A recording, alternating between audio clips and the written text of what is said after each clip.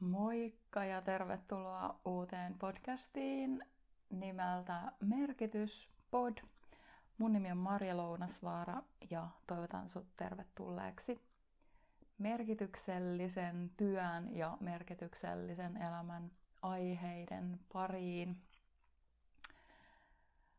Haluan ensiksi kertoa vähän taustaa tästä ideasta ja tästä mun yhdestä intohimosta, mikä liittyy just nimenomaan merkityksellisen työn löytämiseen ja toteuttamiseen. Eli oma tausta on sellainen, että en ole aina kokenut tekeväni merkityksellistä työtä ja se on ollut sellainen asia, jonka olen halunnut tietoisesti omassa elämässäni niin sanotusti ratkaista. Siihen on liittynyt tosi vahvasti isot elämänmuutokset ja oma tämmöinen kasvuprosessi myöskin. Ja sitten siinä ohessa on ollut tarve löytää sen oman merkityksellisen työn pariin ja selvittää niitä luontaisia vahvuuksia ja intohimoja. Ja se, miten mä niin kun alun perin tuossa 2017-2018 ensimmäisiä kertoja sain kosketuksen merkityksellisen intohimoni työni, niin kun, että mitä se voisi olla. Eli siihen saakka mä olin ollut kaupallisella alalla, opiskellut tradenomiksi ja työskennellyt yli 10 vuotta rahoitusalalla asiantuntijatehtävissä. Ja se, että sitten mä lähdin käymään tällaisissa vaihtoehtoisissa luontaishoidoissa hoidattamassa itteeni ja omaa hermostoani ja tekemään niiden avulla myös semmoista itsetuntemusmatkaa. Ja siellä tuli vastaan äänirentoutukset ensimmäisenä. Eli minulle tehtiin tunnevyöhyketerapiahoitojen yhteydessä myös äänillä rentouttavaa hoitoa. Silloin oli kyseessä ääniraudat, joita pistettiin keholle. Ja mä tunsin semmoisen äänivärähtelyn aivan ihanan rentouttavan vaikutuksen silloin ekoja kertoja mun kehossa. Mä tunsin saavani yhteyden itseeni ihan ainutlaatuisella, uudenlaisella tavalla. Mutta kuitenkin se oli semmoinen vähän niin kuin muistamisen tunne, että näitä niin kuin pitäisikin olla. Ja semmoinen niin kuin perusturvallisuuden tunne jotenkin tuli sinne kehoon ja rauha. Ja sitten myös mulle käytettiin samaani rumpua niissä hoidoissa, että siitä kanssa tykkäsin tosi paljon. Ja se, että mun tunnevyöhyketerapeutti silloin vinkkasi mulle ihan noista äänimaljarentoutuksista ja äänirentoutuksista, sointukylvyistä silloin. Ja lähdin sitten niihin tutustumaan enemmänkin.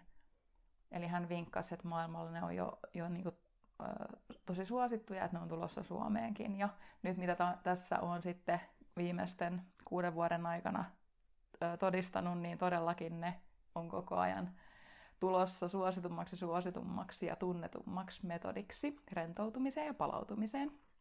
Eli ne oli niin kuin ensimmäinen kosketus mulla sitten. Siihen lähdin niitä opiskelemaan Peter Hess-metodin mukaisesti.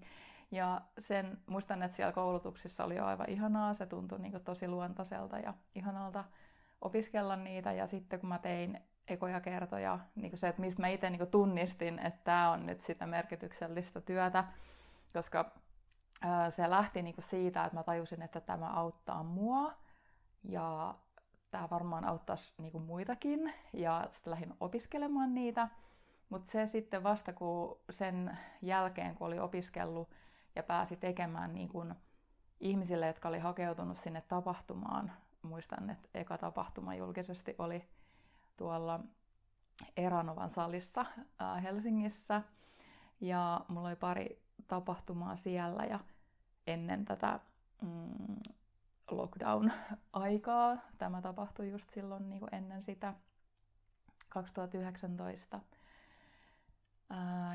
Ja mä muistan sen, että kun mä näin osallistujien silmissä sellaisen niin kuin, vähän niin kuin loisteen, että heihin oli vaikuttanut se äänimaljarentoutus positiivisesti. Että mä näin semmoisen niin kuin loisteen ihmisen silmissä, niin se oli mulle semmoinen niin kuin palkka periaatteessa siitä työstä, vaikka toki myös niin kuin rahallinen korvaus niistä tulee, mutta se, että kun mä näen, että se ihminen jotenkin hyötyi siitä ja tuntee olonsa hyväksi, niin se on niinku semmoinen, mikä itselle saa sitä merkityksellisyyttä ja tuntuu hyvältä sydämessä, kun näkee sen, että ihminen voi hyvin. Ja sitten myöhemmin omalle matkalle on tullut sitten, olen opiskellut myös reikimasteriksi, eli energiahoitamista, mutta en tee energiahoitoja tällä hetkellä ainakaan, mutta se avasi mulle paljon niin kun, sitten taas näkemystä maailmasta, siis se matka oli todella ihana niin kun itseen. Ja viime vuosien aikana on tullut myös mukaan valmentaminen, eli innostuin sitten itsensä kehittämisen teemoista tosi paljon ja itsensä johtamisesta ihan käytännöllisistä syistä, koska tajusin, että hyvin vaikea edistää omia tavoitteita, ellei ole tietynlaiset asiat kunnossa siellä omassa elämässä. Se, että sä niin kun pysyt omissa lupauksissa ja että jonkin verran myös just itsekuria tällaista niin kun todellakin tarvitaan. Varsinkin, että mitä suurempia tavoitteita on ja näin. Ja sitten myös toi psyykkinen valmennus, mitä mä oon opiskellut, niin siellä just kaikki lähtee myös siitä itsetuntemuksesta. Se oli mulle tosi kiva juttu, kun siellä koulutuksessa viime vuonna, kun sitä kävin tuolla Peltonen Performancella, niin että sielläkin niin kuin korostettiin sitä, että kaikki lähtee siitä itsetuntemuksesta. Ja sitten se oli jotenkin silleen, että okei, näin mä oon tehnytkin, kun mä oon tätä matkaa tehnyt. Ja näin, koska sille itsetuntemukselle en osannut antaa ihan niin suurta niin kuin arvoa, mitä sillä oikeasti on. Eli sillä hetkellä siellä koulutuksessa mä tajusin, että hetkinen, että toihan on tosi arvokasta se itsetuntemustyö, mutta kun siinä ei usein näy ne tulokset silleen mihinkään välttämättä ulospäin sillä hetkellä tai pitkään aikaan, että ne alkaa tuottaa sitten ehkä hedelmää vähän myöhemmin. Mutta koin sitä, että haluan sit myös niinku auttaa muita, niinku, edistää omia tavoitteita ja myös ihan parantaa sitä elämänlaatua ja valmentamisen avulla voidaan ihan myös niin kuin palautumisasioihinkin, ja se on tosi kokonaisvaltaista niin kuin, se valmentaminen, mutta halusin alkaa sit myös auttaa niin kuin konkreettisesti muita menee kohti omia tavoitteita, ja ne tavoitteethan voi olla tosiaan minkälaisia vaan siellä omassa elämässä on ajankohtaista milläkin hetkellä. Tässä niin lyhyesti tämä mun tarina niin oman merkityksellisen työn pariin. Ja nyt itsellä on visioita nimenomaan ton äänimallen rentoutumisen suhteen. Sen avulla auttaa suomalaisia palautumisessa, rentoutumisessa, fyysisissä tapahtumissa täällä Porvoossa ja pääkaupunkiseudulla, plus sit myös online välityksellä, ja mun tämmönen hauska visio on, että haluan rentouttaa 1 miljoona suomalaista. Se on mun tämmönen työnimike, tämmönen, mikä pitää mut motivoituneena ja saa jaksamaan päivästä toiseen, pysymään itseni liikkeellä. Se on semmonen vähän humoristinen tavoite, mikä on semmonen aika lailla iso, mutta tässä sitä kohti mennään. Ja tavoitteena on myös tosiaan tehdä tätä asiaa myös tunnetuksi ihan silleen, että just nimenomaan vaikka onlineissa kun laitan materiaalia, niin se, että tämä metodi tulee ihan tunnetuksi yleisemminkin niille, jotka eivät vielä ole tietoisia tämän metodin niin kuin toimivuudesta. Ja toki tässäkin on yksilöllisiä eroja, että ei kaikki välttämättä koe sitä miellyttävänä, mutta suurin osa kyllä.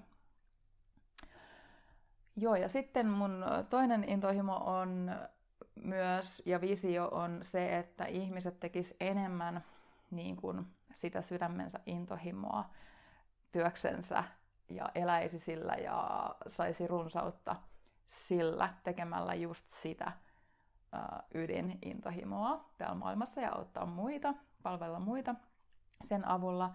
Ja se on semmoinen, että sen valmennustyön avulla sitten itse pystyn auttamaan konkreettisesti ihmisiä sitten löytämään niitä omia intohimoja ja vahvuuksiansa ja toteuttamaan sitten niitä. Ja sitten semmoinen story tähän niin kuin tämän podcastin niin kuin syntyyn vaikuttanut asia, eli koska mä oon itse vielä ennen 2017-2018, niin mä oon elänyt semmoisessa uskomuksessa, että hyvin harvat ja valitut vain ovat löytäneet tai voivat löytää sen ydinmerkityksellisen sydämensä intohimon ja toteuttaa sitä työkseen. Mä oon niin ylläpitänyt itsekin tällaista uskomusta, ja se on ehkä semmoinen, mikä helposti on semmoinen yleinen ajatusmaailma, mutta itsellä ainakin se täytyy niinku vähän niinku haudata se uskomus, että edes lähtee etsimään sitä tietoisesti ja aktiivisesti, koska sitten jos sitä uskomusta niinku ylläpitää, että ei se ole mahdollista, niin sitten se saattaa niinku torpata jo sen, että ei edes lähde etsimään sitä. Mutta se on ollut mun uskomusmaailma, ja se, että nykyään mun uskomusmaailma on se, että jos haluaa alkaa sitä selvittämään ja työstämään sitä ja löytämään niitä omia luontaisia vahvuuksia, intohimoja ja sitten myös omien tavoitteiden mukaisesti, että mitä haluuko toteuttaa sitä sivutoimisesti. Alkuun ainakin itsekin olen sivutoimisesti aloittanut ja näin, että ei tarvitse niinku yhtenä päivänä niinku sitä muutosta tehdä, että sehän olisi niinku, aika iso muutos sillä yhdessä päivässä tehdä. Mutta riippuu ihan tilanteesta, miten se kelläkin menee. Ja osahan on löytänyt sen nimenomaan just jo nuorempana, silleen siinä vaiheessa, kun sitä ammattia mietitään, niin sitten sellaisia ihmisiä on, jotka on jo silloin niinku heti tiennyt, että mihin se sydän niinku ohjaa ja missä haluaa niinku ihmisiä niinku auttaa tässä maailmassa ja mitä haluaa niinku tehdä elämässään. Ja sitten osa meistä, niin kuin meikäläinen, niin vasta siinä 35 vuoden niin kuin ikävuoden jälkeen niin alkoi selkenemään se. Ja se tosiaan haluan vielä korostaa, että se ei, niin kuin, totta kai siinä oli vähän niin kuin sattumallakin, niin kuin, siis sille, että semmoisia onnellisia sattumia tuli, että kävin siellä vyöhyketerapiassa, joka vinkkasi mulle ja siellä sain kokea sen. Mutta se, että se itsetuntemusmatka ja se tietoinen halu, että mä haluan selvittää, mikä se on, niin että se ei ole niinku vahingossa silleen löytynyt. Toki aina erilaisia tilanteita on, mutta itse olen ainakin ihan päättänyt, että minä löydän sen ja lähden selvittämään sitä ja edistää sitä asiaa ja näin. Ja tässä ollaan nyt sitten tässä vaiheessa. Edelleenkin koen, että olen hyvin niinku alkuvaiheessa vielä tässä näin.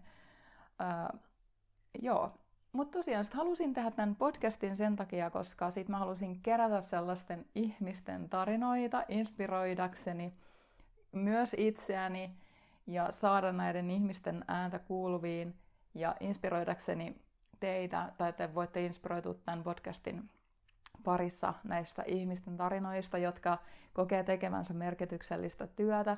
Siellä tulee tarinoita, miten he on niinku löytänyt sen pariin, ja millaista se on toteuttaa sitä. Ja toki sitten aina sen ihmisen siitä omasta osaamisalasta puhutaan myöskin. Ja siis tosi ihania keskusteluja on tulossa. Ja ensimmäiset 3 jaksoa tämän introjakson jälkeen tulee olemaan aikaisemmin nauhoitettuja tuolla, jotka on julkaissut Autuuspodin puolella.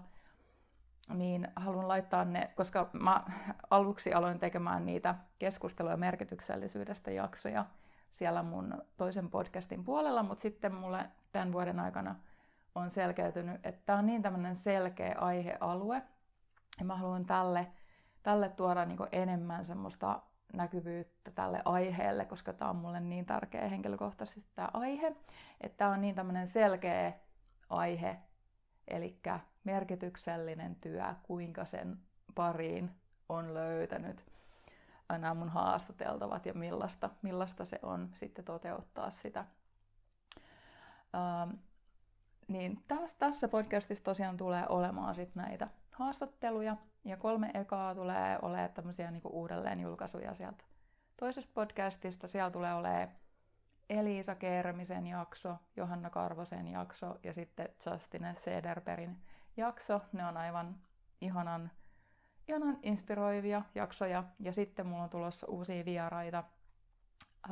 Sitten julkaisen niitä sitten tuonnempana, mutta toivotan sinut tervetulleeksi tämän podcastin pariin. Mä haluan vielä kertoa loppuun tarinan, että miten tämä podcastin nimi sai alkunsa, koska aluksi mulla oli tarkoitus tehdä tästä semmoinen podcasti kuin, että merkityksellisyyden ytimessä podcast.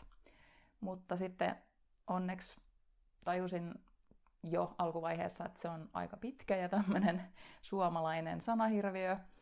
Ja sitten päätin, että ihan käytännön syistä ja lyhyt ja ytimekäs on parempi, eli merkityspodi. Se on ehkä helpompi käyttää tälle ihan arjessa. Ja sitten vielä loppukevennykseksi, mitä olen huomannut, kun jos tiedätte tämän Oikotie-mainoksen, missä on toi Juti, joka on aina silleen, että joku muu sanoo, että oikotie, niin Juti on sillä, että se on oikotie. Niin mä huomaan, että mulla on tyylinä tälleen alun perin porilaisena sanoo merkityksellinen työ. Elikkä tulet varmasti kuulemaan sitä tämän podcastin aikana puhetta merkityksellisestä työstä. Eli näihin sanoihin ja tunnelmiin päätän tämän introjakson. Lämpimästi tervetuloa inspiroitumaan ihmisten ihanissa, mielenkiintoisissa, sydämellisissä tarinoissa. Toivottavasti viihdyt. Saa laittaa viestejä mulle vaikka Instagramissa Autuusmaria. Löytyy mun profiili ja sitten tällä podcastilla on myös ihan oma Insta-profiili, eli Merkityspod löytyy Instasta myöskin. Tervetuloa sinne mukaan tunnelmiin. Kiitos kun kuuntelet. Ihanaa, toivottavasti viihdyt jaksojen parissa. Moikka!